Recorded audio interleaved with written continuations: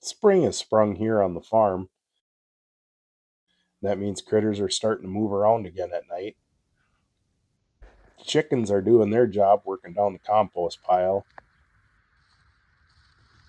Things in the greenhouse have kicked off and started to sprout and grow. I'm really hoping we get a lot of tomatoes and cucumbers this year. But it also signals baby calves are starting to be born here. Spring also signals the start of construction season, and there's one project that I've been wanting to tackle for the last few years, and that's remodeling our chicken coop. Let's dig into it. The first thing I want to tackle is getting the plastic off the run here. We wrap our run in the winter just to keep some of the rain and snow and the wind out of our run. Of course, I had to jinx myself. It was 60 some degrees when I did this, and today we're expected to get 6 inches of snow. Last fall, before winter hit, I expanded their run. As you can see, those white posts used to be the back wall of the run. I added about 10 more feet onto the back side. The walls of this run are an old corn crib that I took apart and flattened out. It works really good with some hard cloth on the bottom to keep critters out. When we built this chicken coop, we used an old fish house, put a sloped roof on it with a covered porch, built a garden off to the side, which I'll maybe cover in another video, but I never really liked the inside design that we settled on. This initial area is nice to store grain and scratch grains and other supplies away from the chickens, and it's nice to come in and collect eggs. But our design here kind of failed in a couple areas. One, the chickens would jump out of the boxes and get wedged down in there and lay eggs. Also, it created a spot for mice to get into the chicken coop and cause havoc. So I have two main goals with this upgrade remodel. I want to eliminate our mice problem in entryways, and I also want to give the chickens more room inside the coop so when bad weather hits, they can be inside. As you can see here, chickens did not have a lot of room when they would all be in here, and they love to crowd around the window. As I started the demo process, I had the door and the run open so the chickens could come and go. Cleo was very concerned about this whole process.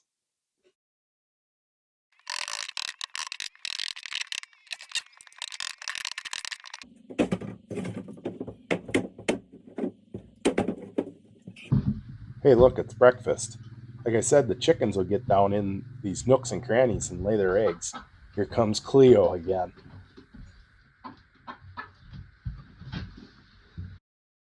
Now that I got everything out of the way, I'll start building new roost bars. We decided to put them in the corner and still utilize that window that they like to look out of. The process was pretty simple. Just nail a piece of wood to the studs, mark my angle, and cut each side.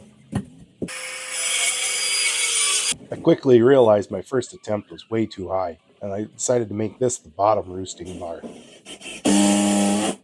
Once I figured out my process, it was just repeating those steps going up the wall. Well, we got one happy customer.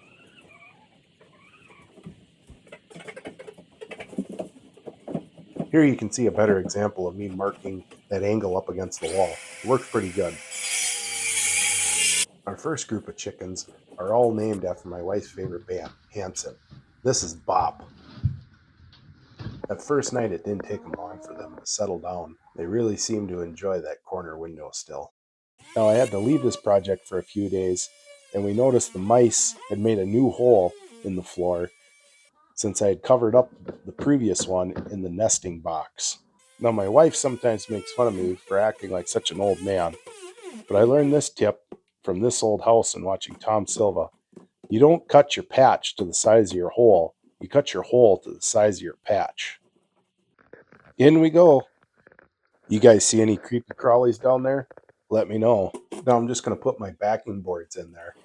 And I've heard rats can chew through aluminum and copper. I've even heard stories of them chewing through cast iron pipes in bigger cities. But I'm going to throw this old chicken wire in there, and hopefully that slows them down a little bit. Tap that patch in, put the trim back up, and this repair is done. Moving on next, outside underneath the run door, they've been digging little holes and running behind the skirting. So I'm going to dig that down and try and fix that.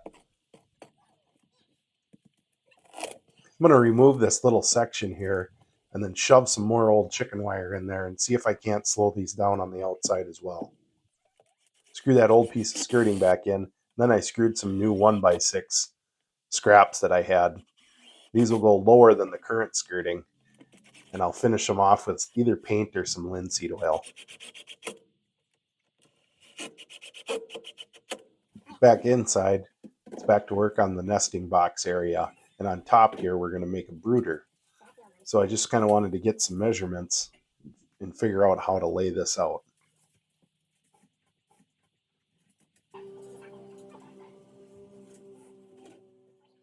We're going to have 3 nesting boxes on the bottom, as you can see, and 3 in the middle. So I just want to kind of get things semi-level. It's just a chicken coop after all. In between snowstorms, I was able to assemble the nesting box just using some simple 1x2 and 2x2 material. We painted it all white, and then here I'm installing some hard cloth just to keep baby chicks or a broody hen separate from the rest of the flock. Quick cut with the angle grinder makes easy work of trimming this stuff up. Fit and install this side piece, and that's it for this brooder. Now let's take a grand tour of the finished product. I wasn't able to film everything due to some snowstorms and time restrictions. You walk in and there's the nesting box and the brooding box. My wife made these curtains to give the chickens a little more privacy. I laid sheet linoleum down to help with clean up of the boxes. Moving our attention back to the roosting bars, I had to make some upgrades. I moved that lower bar up more because they really didn't like it. I also had to add that 2x4 back across the wall. All in all, our chickens are doing really well, and they seem to really not mind the upgrades and changes that we made. Juliet says, "Bye, Felicia." Thanks for watching. Remember to hit the like and subscribe button. And always, be salty and stay lit.